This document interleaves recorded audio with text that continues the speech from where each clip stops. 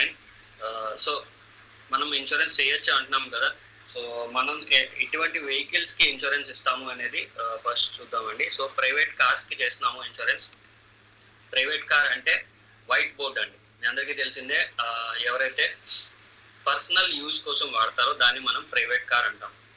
Then 2 wheelers కి కూడా చేయొచ్చు మనం, కమర్షియల్ వెహికల్స్ కి కూడా చేయొచ్చు. Commercial vehicles in the sense, commercial vehicles లో 2 రకాలు ఉంటాయండి. ఒకటి గూడ్స్ క్యారింగ్ వెహికల్, ఇంకొకటి passenger carrying vehicle. Goods carrying vehicle అంటే ట్రాలీ ఆటో అనుకోండి, లేదా ఒక ట్రక్. గూడ్స్ ఏదైతే స్టాక్ ని ఒక చోటు నుంచి ఇంకో చోటుకి తీసుకెళ్తామో దాన్ని గూడ్స్ క్యారింగ్ వెహికల్ అంటాం.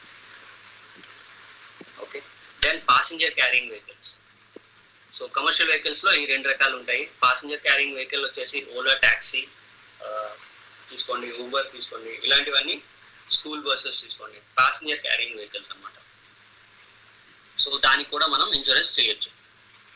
మిస్లీనియస్ వెహికల్స్ అండి. మిస్లీనియస్ వెహికల్స్ అంటే particular type of vehicle.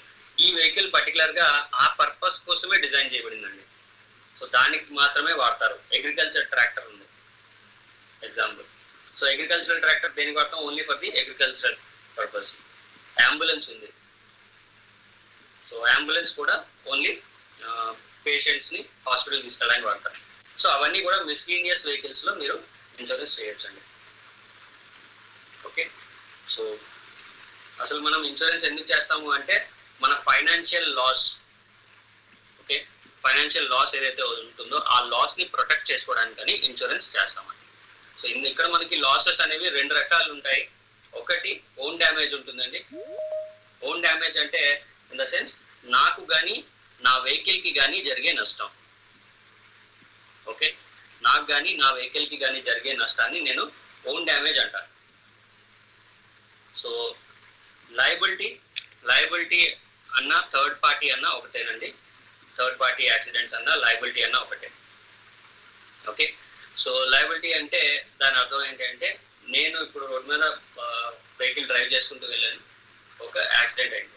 So నా వల్ల ఎదుటి వ్యక్తికి నష్టం జరిగింది. ఓకే, నా వల్ల ఎదుటి వ్యక్తికి నష్టం జరిగింది అంటే దాన్ని మనం థర్డ్ పార్టీ యాక్సిడెంట్స్ అంటాం. సో ఏదైతే ఎదుటి వ్యక్తికి జరిగిన నష్టం ఉంటుందో దాన్ని మనం కవర్ చేస్తామండి. ఓకే. సో దాన్నే థర్డ్ పార్టీ యాక్సిడెంట్స్ అంటారు. సో థర్డ్ పార్టీ యాక్సిడెంట్స్ లో మళ్ళీ మీకు 2 రకాలు ఉన్నాయండి. ఒకటి వెహికల్ కి జరిగే నష్టం. థర్డ్ పార్టీ అంటే నేను గుద్దాను, ఆ గుద్దిన వెహికల్ కి నష్టం జరిగిందండి, డ్యామేజ్ అయిపోయింది. సో అది ఒకటి. అండ్ ఆ వెహికల్ లో మనుషులు ఉన్నారు, వాళ్ళకి తగిలింది, సో ఆ మనుషులకి డ్యామేజ్ అయింది. సో అదొకటి. సో ఇక్కడ ఈ 2 రకాలు ఉంటాయండి. దీనికి వెహికల్ కి అయితే కనుక మనం లిమిట్స్ పెట్టిందండి IRDA. సో IRDA వెహికల్ కి లిమిట్స్ స్పెసిఫై చేసింది. నేను వెళ్ళి ఒక 2 వీలర్ని గుద్దాను అనుకోండి. ఓకే. సో ఆ 2 వీలర్ కి ఒకవేళ టోటల్ లాస్ అయిపోయింది, లేదా అంటే బండి ఎందుకు పనికిరాలేదు ఒకవేళ, సో అలాంటప్పుడు ఆ వెహికల్ కి ఒక లిమిట్ పెట్టిందండి. Even if the vehicle cost more. So ₹1,00,000 వరకు మాత్రమే ఇస్తారు 2 వీలర్ కి. సో రాయల్ ఎన్ఫీల్డ్ లాంటి వెహికల్స్ ఉన్నాయనుకోండి, ఆల్మోస్ట్ 2 lakhs వరకు ఉంటాయి. బట్ ఒకవేళ థర్డ్ పార్టీలో నేను ఇన్సూరెన్స్ క్లెయిమ్ చేస్తే కనుక ఎదుటి వ్యక్తి వెహికల్ డ్యామేజ్ కి మాక్సిమం 1,00,000 ఇస్తారు. ఓకే అండి. సో ఇది 2 వీలర్ కి. ఇలాగే కమర్షియల్ వెహికల్స్ కానివ్వండి, లేదా ప్రైవేట్ కార్ కానివ్వండి. ఓకే. లేదా ఒక ప్రాపర్టీ అనుకోండి, ఒక షాప్ ఉంది రోడ్డు మీద, నేను వెళ్తా షాప్ లోకి తీసుకెళ్ళిపోయాను అనుకోండి వెహికల్, ఆ షాప్ డ్యామేజ్ అయిపోయింది. సో ప్రాపర్టీ కానీ డ్యామేజ్ అయినా, ఎదుటి వ్యక్తి కార్ కానీ డ్యామేజ్ అయినా, ఓకే, కమర్షియల్ వెహికల్ కానీ డ్యామేజ్ అయినా దానికి కూడా లిమిట్ పెట్టారండి. 7,50,000 మాక్సిమం 7,50,000 లిమిట్. సో ఇది లయబిలిటీలో వచ్చే లిమిట్స్ అండి. ఓకే, వెహికల్ కి వచ్చే లిమిట్స్. సో ఇలాగే ఎదుటి వ్యక్తి వెహికల్ ని గుద్దాను, అందులో మనిషి ఉన్నాడు, ఆ మనిషికి డ్యామేజ్ అయింది, మేబీ మనిషి చనిపోయాడు, డెత్ అయిపోయింది, లేదా ఆయనకి డిసబిలిటీ అయింది. ఓకే. సో అలాంటప్పుడు లిమిట్ అంటూ ఏం లేదండి. ఇది ఆయన సంపాదించే సంపాదన బేస్ చేసుకొని మనకి కోర్టు చెప్తే, కోర్టు ఎంతైతే మీరు కట్టాలి అని చెప్తుందో అంతవరకు మనం పే చేస్తాం. ఓకే, సో ఇలాగా ఆ వ్యక్తి 10,000 సంపాదిస్తున్నాడు అనుకుందాం, ఫర్ ఎగ్జాంపుల్, ఒక ఎగ్జాంపుల్ తీసుకుంటాను. ఓకే, సో సంవత్సరానికి ఎంత సంపాదిస్తాడండి? 1,60,000 సంపాదిస్తాడు. ఇప్పుడు ఆ వ్యక్తి వయసు ఒక 30 సంవత్సరాలు అనుకుందాం గుర్తినప్పుడు. సో ఆయన ఇంకొక 30 years సంపాదిస్తాడు. సో 30 yearsకి ఎంత అవుతుందండి? 30 లక్షలు, 36 లక్షలు అవుతుంది. సో 36 లక్షలు ప్లస్ ఇంక్రిమెంట్స్ ఉంటాయి, జీతం పెరుగుతూ ఉంటుంది. సో ఇలాగా ఇవన్నీ క్యాలిక్యులేట్ చేసుకొని ఆయన మీద ఆధారపడే వ్యక్తుల్ని బేస్ చేసుకొని కోర్టు చెప్తుందండి 50 లక్షలు మీరు ఆ ఫ్యామిలీకి కట్టాలి, మీ వల్ల నష్టం జరిగింది కాబట్టి అంటే. సో ఇలా కనుక కోర్టు డిసైడ్ చేసి చెప్తే అప్పుడు నా దగ్గర థర్డ్ పార్టీ ఇన్సూరెన్స్ ఉంటే కనుక నా థర్డ్ పార్టీ ఇన్సూరెన్స్ ఆ అమౌంట్ని కడుతుందండి. అదే కనుక థర్డ్ పార్టీ ఇన్సూరెన్స్ లేకపోతే నేను పాకెట్ నుంచి పే చేసుకోవాల్సి వస్తుంది. సో అందుకు థర్డ్ పార్టీ ఇన్సూరెన్స్ అనేది మ్యాండేటరీ అండి. మన వల్ల ఎదుటి వ్యక్తికి డ్యామేజ్ అయ్యి ఎదుటి వ్యక్తి కుటుంబం రోడ్డు మీదకి వచ్చేస్తుంది అంటే కనుక ఇది కరెక్ట్ కాదని చెప్పేసి గవర్నమెంట్ ఏం చేసింది, దీన్ని మ్యాండేటరీ చేసిందండి థర్డ్ పార్టీ ఇన్సూరెన్స్ అని. సో ఇది క్లియరా? మీ అందరికీ అర్థమైందా? వెహికల్కి జరిగే నష్టం. సో ఇప్పుడు నేను పాలసీ ఇష్యూ చేస్తున్నాను అనుకోండి, బజాజ్ పోర్టల్లోకి వెళ్ళాను, పాలసీ ఇష్యూ చేస్తున్నాను అనుకోండి. అక్కడ నాకు పోర్టల్లో కాంప్రహెన్సివ్ ప్యాకేజ్ పాలసీ అని ఉంటుంది, లేదా ప్రైవేట్ కార్ ప్యాకేజ్ పాలసీ అని ఉంటుంది. సో అలా ఉంటే అర్థం ఏంటి అంటే అండి, ఓన్ డ్యామేజ్ ప్లస్ లయబిలిటీ అంటే థర్డ్ పార్టీ రెండు కలిపి నేను ఇన్సూరెన్స్ చేస్తున్నానని అర్థం అండి. ఓకే, కాంప్రహెన్సివ్ ప్యాకేజ్ అన్నా, ప్యాకేజ్ పాలసీ అన్నా, ఫుల్ ఇన్సూరెన్స్ అన్నా కూడా own damage plus third party రెండు కలిపి చేస్తున్నాం. సో ఓన్లీ థర్డ్ పార్టీ చేసినాము అంటే కనుక లయబిలిటీ ఓన్లీ పాలసీ అని ఉంటుంది. సో అలాంటప్పుడు ఓన్లీ థర్డ్ పార్టీ పాలసీ మాత్రమే చేసినట్టు అర్థం. దెన్ ఓన్ డ్యామేజ్ అంటే ఏంటి, మనకి ఏంటేంటి కవరేజ్ ఉంటాయి ఓన్ డ్యామేజ్లో. సో నా వెహికల్కి జరిగే నష్టం అంటున్నాను. సో యాక్సిడెంట్ అయ్యింది, నా వెహికల్కి లాస్ అయ్యింది, నా వెహికల్ కూడా డ్యామేజ్ అయిపోయింది. సో దాన్ని మనం ఓన్ డ్యామేజ్లో కవర్ చేస్తామండి. ఎనీ కైండ్ ఆఫ్ యాక్సిడెంట్ అయింది, వెహికల్ డ్యామేజ్ అయింది, దాన్ని కవర్ చేస్తాము. ఫైర్ ఎక్స్ప్లోజన్ అయింది, సో దాన్ని కవర్ చేస్తాము.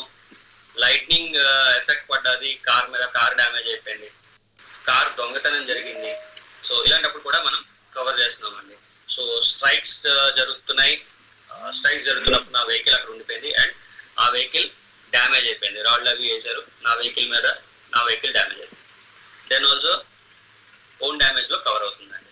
ఎర్త్క్వేక్ కానివ్వండి, ఫ్లడ్స్ కానివ్వండి, ఓకే, సైక్లోన్ వచ్చింది, ఫ్లడ్స్ వచ్చింది, నా కార్ వాటర్లో మునిగిపోయింది, డ్యామేజ్ అయింది.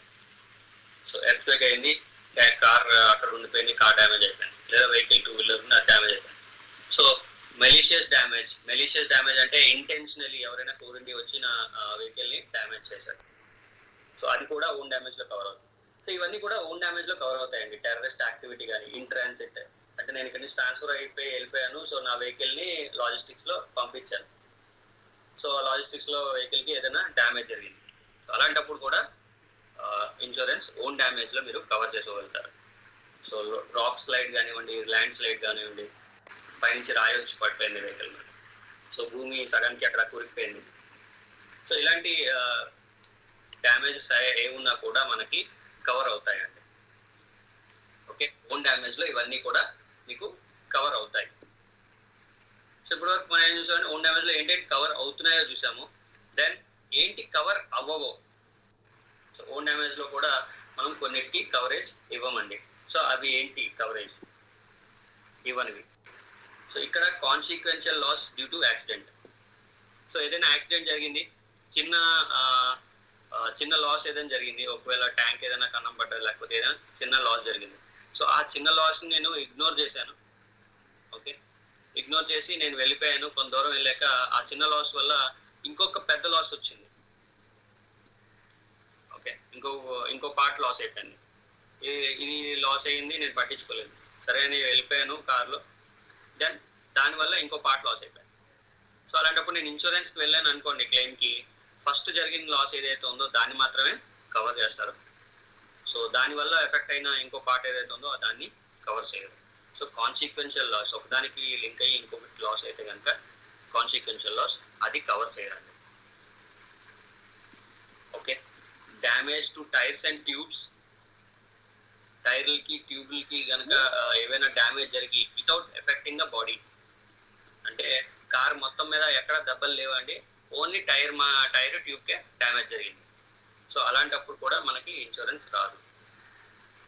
ఎవరైనా తాగి నడుపుతున్నారు వెహికల్, సో ఆయన వెళ్ళి గుద్దేశాడు అనుకున్నాం, సో అప్పుడు కూడా వెహికల్కి ఏమైనా డ్యామేజ్ అయినా మనం ఇవ్వము, తాగి నడిపాడు కాబట్టి. సో అది wilful act. So damage to ensure own property, own property అంటే సొంత వెహికల్ని పార్కింగ్ లోంచి తీస్తున్నాడు, పార్కింగ్ లోంచి తీస్తూ ఆయన గోడని ఆయన బద్దలు కొట్టేస్తున్నాడు, వెనక్కి గుద్దేశాడు, గోడ బదులైపోయాడు. సో పొద్దున్న ఆ గోడకి మళ్ళీ కట్టాలి అంటే డబ్బులు కావాలి కదా, ఆ గోడకి జరిగిన నష్టానికి మనం కవరేజ్ ఇవ్వము. ఇన్షూర్డ్ ఓన్ ప్రాపర్టీ అయితే కవరేజ్ ఇవ్వము. థర్డ్ ప్రాపర్టీ అనుకోండి, అది మీకు థర్డ్ పార్టీ యాక్సిడెంట్స్ లో కవర్ అవుతుంది. దెన్ ఎవరైనా ఇంటెన్షనల్ సెల్ఫ్ ఇంజరీ చేయడానికి ట్రై చేశారు, అంటే సూసైడ్ అటెంప్ట్ చేయడానికి కోరుండి వెళ్ళి కార్ని తీసుకెళ్ళి గుద్దేశారు, సో అలాంటప్పుడు కూడా మీకు రాదండి, విల్ఫుల్ యాక్ట్ కాబట్టి. Then outside geographical area వెళ్ళారు, outside geographical area in the sense by road maybe Bangladesh కానీ పాకిస్తాన్ కానీ నేపాల్ కానీ వెళ్ళిపోయారు, సో అలాంటప్పుడు కూడా అక్కడ ఒకవేళ యాక్సిడెంట్ అయితే మీకు ఇన్సూరెన్స్లో కవరేజ్ ఉండదు. ఓవర్లోడ్ అండి, వెహికల్ ఓవర్లోడ్. ఓకే, జనరల్గా లిమిటేషన్స్ చెప్తారండి, వెహికల్లో 3 members 4 members కూర్చోవాలి అని చెప్తారు, బట్ ఆటో వాళ్ళు వీళ్ళు చూసారంటే షేర్ ఆటోస్లో వాటిలో ఆల్మోస్ట్ 10 members వరకు కూర్చుంటారు. సో ఓవర్లోడ్, దాని లిమిటేషన్ మించి వాళ్ళు యూజ్ చేస్తున్నారు, అలాంటప్పుడు యాక్సిడెంట్ అయినా కూడా మనం ఏమి ఇవ్వమండి. Okay, so minors driving the car without valid driving licence లేకుండా డ్రైవ్ చేసి యాక్సిడెంట్ అయినా కూడా ఆ యాక్సిడెంట్కి ఏమి రాదండి insurance. Okay, war like situations, ఏమైనా వార్స్ ప్రకటించారు, గవర్నమెంట్ ప్రకటించింది వార్, అలాంటి వార్లో ఫర్ ఎగ్జాంపుల్ మన వెహికల్ డ్యామేజ్ అయితే అప్పుడు కూడా మనకి ఎటువంటి ఇన్సూరెన్స్ క్లెయిమ్ అవ్వదండి. సో ఇవన్నీ బేసిక్ ఎక్స్క్లూజన్స్ అండి, అంటే ఓన్ డ్యామేజ్లో ఏంటి కవర్ అవ్వవో ఇది చెప్తున్నాను. ఓకే, సో ఏం కవర్ అవుతాయో చెప్పాను, ఏం కవర్ అవ్వట్లేదో కూడా చెప్పాను. సో మీరు ఏమైనా అడగాలనుకుంటున్నారా ఓన్ డ్యామేజ్లో? ఓన్ డ్యామేజ్ చూసాము, దెన్ లయబిలిటీ ఇన్సూరెన్స్ చూసాము. ఓన్ డ్యామేజ్లో మనుషులు ఉన్నారండి, ఫర్ ఎగ్జాంపుల్ నేను డ్రైవ్ చేసుకెళ్తున్నాను, నాకేమైనా జరిగింది. ఓకే, సో నాకు ఏదైనా జరిగింది అంటే కనుక దానికి పర్సనల్ యాక్సిడెంట్ అండి, పర్సనల్ యాక్సిడెంట్ పాలసీ ఉంటుంది. సో ఓనర్ డ్రైవర్ ఎవరైతే ఉన్నారో ఇతను మాత్రం కంపల్సరీగా పాలసీ తీసుకోవాలండి. ఓకే, ఎవరైతే ఓనర్ డ్రైవర్ ఉన్నారో, ఎవరి పేరు మీద అయితే ఆర్సీ బుక్ ఉన్నదో, సి బుక్ ఎవరి పేరు మీద అయితే ఉన్నారో వాళ్ళు కంపల్సరీగా ఇన్సూరెన్స్ తీసుకోవాలండి.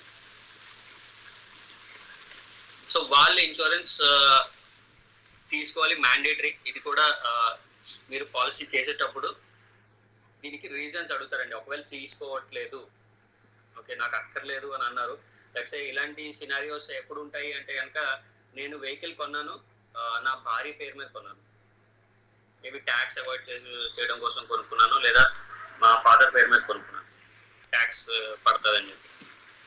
సో ఇలాంటప్పుడు నన్ను రీజన్ అడుగుతుందండి. PA policy, owner driver PA policy నేను వద్దాం అన్నాను అంటే కనుక రీజన్ అడుగుతుంది. సో ఆ రీజన్లో నేను ఆప్ట్ చేసుకోవచ్చు అండి, owner does not having valid driving licence అని. ఓకే, ఓనర్ ఎవరైతే ఉన్నారో వాళ్ళకి వ్యాలిడ్ డ్రైవింగ్ లైసెన్స్ లేదు, అందుకు నేను పిఏ కవర్ అక్కర్లేదు అంటున్నాను.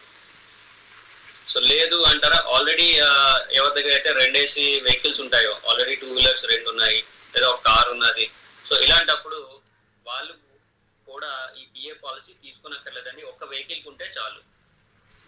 సో అలాంటప్పుడు already we are having PA cover అని చెప్పేసి ఆప్షన్ ఉంటుంది, అది మెన్షన్ చేసుకోవాలి. సో అలాంటప్పుడు మీకు పాలసీ డీటెయిల్స్ అడుగుతారు, ఆ పాలసీ డీటెయిల్స్ మీరు ఇచ్చేసేదండి. సో ఇది ఓనర్ డ్రైవర్. ఓనర్ డ్రైవర్ కాకుండా మనకి పర్సనల్ యాక్సిడెంట్ సెక్షన్ లో సిట్టింగ్ కెపాసిటీ పెట్టి పిఏ కవర్ ఇస్తారు. సిట్టింగ్ కెపాసిటీ అంటే కార్ ఉంది, స్విఫ్ట్ కార్ ఉంది 4+1 సిట్టింగ్ కెపాసిటీ, ఇన్నోవా ఉంది 6+1 సిట్టింగ్ కెపాసిటీ. సో ఆ సిట్టింగ్ కెపాసిటీ బట్టి నేను ఆ కూర్చున్న వాళ్ళు ఎవరైతే ఆక్యుపెంట్స్ ఉంటారో వాళ్ళకి కూడా నేను ఇన్సూరెన్స్ తీసుకోవచ్చు అండి. రేపు పొద్దున్న ఏదైనా జరిగింది అంటే కనుక వాళ్ళ నామినీస్ కి ఈ అమౌంట్ వెళ్తుంది. So personal accident for occupants ఇది ఆప్షనల్ కవర్ అండి. ఇది కావాలంటే తీసుకోవచ్చు, లేదా అంటే నా ఇష్టం, మానేయచ్చు. సో లాస్ ఆఫ్ యాక్సెసరీస్, కార్లో యాక్సెసరీస్ పెట్టించాను, చాలా మటుకు యాక్సెసరీస్ పెట్టించుకున్నాను, డోర్ మ్యాట్స్ కానివ్వండి, లేకపోతే డాష్ బోర్డ్ మీద లెదర్ కవర్స్ కానివ్వండి, లెదర్ సిట్టింగ్స్ కానివ్వండి. సో ఇలా యాక్సెసరీస్ ఏమైనా పెట్టించుకున్నాను, దానికి కూడా నాకు ఇన్సూరెన్స్ కావాలి అంటే ఇది కూడా ఆప్షనల్ అండి. Legal liability to paid driver. So నేను కార్ కొనుక్కున్నాను, కార్ కొనుక్కొని డ్రైవర్ని పెట్టుకున్నాను, నాకు డ్రైవింగ్ రాదు. సో నేను డ్రైవర్ని పెట్టుకున్నాను, ఆ డ్రైవర్ డ్రైవ్ చేస్తున్నాను.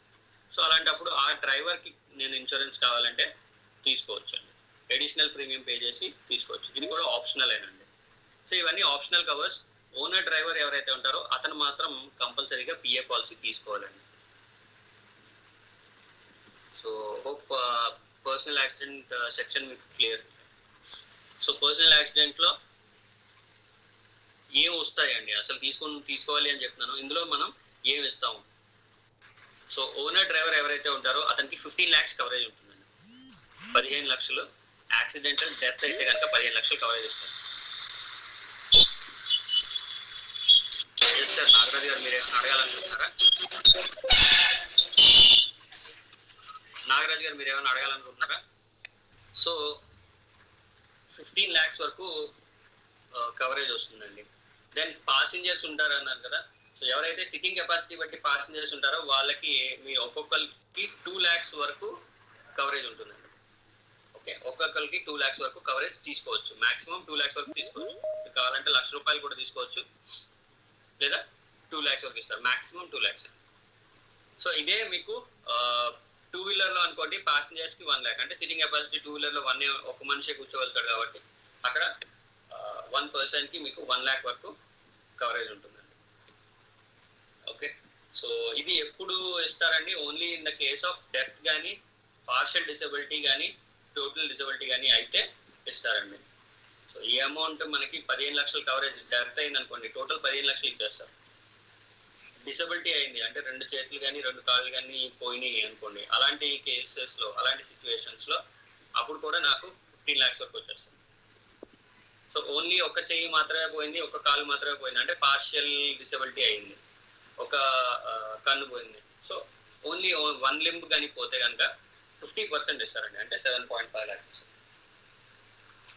సో ఇది పర్సనల్ యాక్సిడెంట్ సెక్షన్ అండి. పర్సనల్ యాక్సిడెంట్ సెక్షన్ లో ఓనర్ డ్రైవర్ కి 15 లక్షల కవరేజ్ ఉంటుందండి. ఇది మ్యాండేటరీ. ఇక్కడ వరకు క్లియర్.